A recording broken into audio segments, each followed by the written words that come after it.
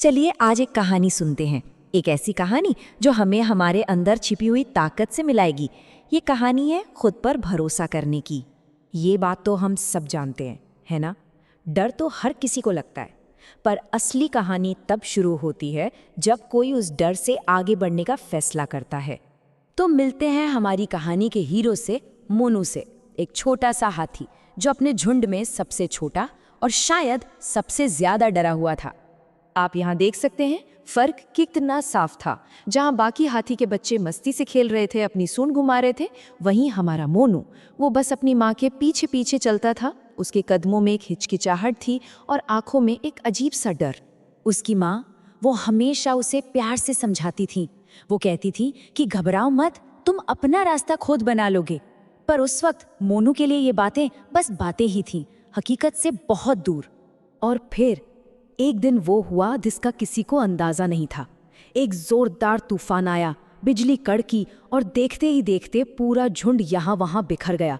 और उसी भगदड़ में मोनू की छोटी सी सूंड अपनी माँ की सूंड से छूट गई।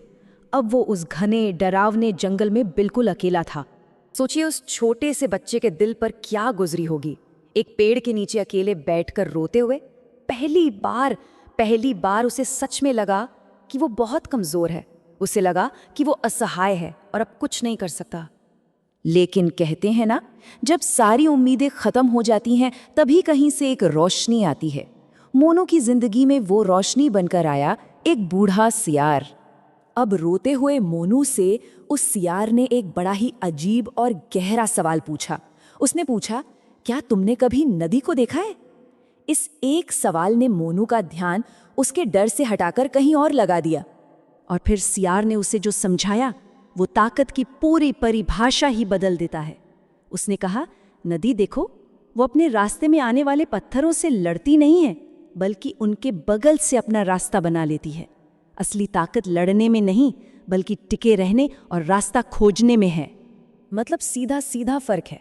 एक रास्ता है मुश्किलों से सिर टकराने का और दूसरा है समझदारी से उनके आसपास से निकल जाने का। ताकत का मतलब सिर्फ बल लगाना नहीं होता, कभी कभी ताकत का मतलब धैर्य रखना भी होता है। बस यही वो पल था। इस नई सीख के साथ मोनू का एक नया सफर शुरू हुआ। अब वो एक डरावा बच्चा नहीं था, अब उसके पास एक मकसद था।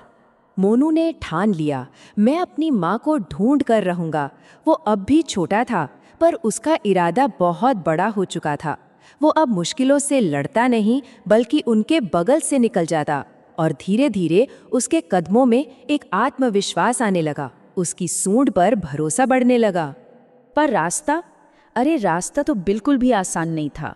कहीं कांटेदार झाड़ियां थीं, तो कहीं फिसलन भरी चट्टानें। जंगल की डरावनी आवाजें तो थीं ही, और सबसे बड़ी मुश्किल थी एक नदी जिसमें खतरनाक मगरमच्छ थे। मगरमच्छों को देखकर वो डरा, पर रुका नहीं। और तभी उसे अपनी माँ की कही एक बात याद आई। उसने सियार की सीख और माँ की बात को मिलाया। अपनी सूंड से पानी में इतनी हलचल की कि शोर से मगरमच्छ खुद ही दूर चले गए। उसने बिना लड़े ही अपनी राह बना ली। अब कहानी अपने सबसे इमोशनल, सबसे अहम मोड़ पर आ पहुंची है। कई दिनों तक अकेले चलने के बाद मोनू को दूर, बहुत दूर एक उम्मीद की किरण नजर आई। हाँ, वो उसका झुंड था। उसे देखकर मोनू का दिल जोरों से धड़का। उसने अपनी सूंड ऊपर उठाई और पूरी जान लगाकर चिंघाड़ा। पर पता है, ये आवाज डर की नहीं थी, ये उम्मीद की आवाज थी। एक ऐसी पुकार जो पूरे जंगल में गूंज उठी। बाकी सब शायद हैरान हुए होंगे, पर एक माँ का दिल वो अपनी औलाद की आवाज को कभी नहीं भूलता। उसकी माँ ने एक पल में उस पुकार को पहचान लिया और वो सब कुछ भूलकर बस उस आवाज की तरफ दौड़ पड़ी। और वो पल जब माँ और बेटा एक दूसरे के सामने थे। मोनू की आंखों में आंसू थे, पर ये हार के नहीं, ये जीत के आंसू थे। एक मुश्किल सफर को अपनी हिम्मत से पूरा करने की खुशी के आंसू थे। तो मोनू घर तो पहुंच गया, पर यह जीत सिर्फ घर पहुंचने की नहीं थी। ये जीत थी ताकत के असली मतलब को समझने की। एक ऐसा सबक जो शायद हम सबके लिए है। उसकी माँ ने उसे गले लगाकर जो कहा ना, वही इस पूरी कहानी का दिल है। उन्होंने कहा, बेटा, तू खोया नहीं था, तू तो खुद को ढूंढ रहा था। ये सफर माँ तक पहुंचने का नहीं, अपने हिम्मत तक पहुंचने का था। तो असल में सबसे बड़ी हार क्या है? कोई लड़ाई हारना नहीं, जिंदगी की सबसे बड़ी हार है मन से खुद को कमजोर मान लेना। ये कहानी हमें एक नया नजरिया देती है। हो सकता है जब भी कोई खुद को कमजोर महसूस करे तो वो कमजोर है ही नहीं, बस अब तक अपनी असली ताकत से मिला नहीं है। तो ये कहानी खत्म होते होते एक सवाल छोड़ जाती है। हम सबकी जिंदगी में ऐसे पत्थर और मुश्किलें आती हैं, अब ये हम पर है कि हम उनसे लड़ते रहते हैं या नदी की तरह समझदारी और हिम्मत से अपना रास्ता बना लेते हैं।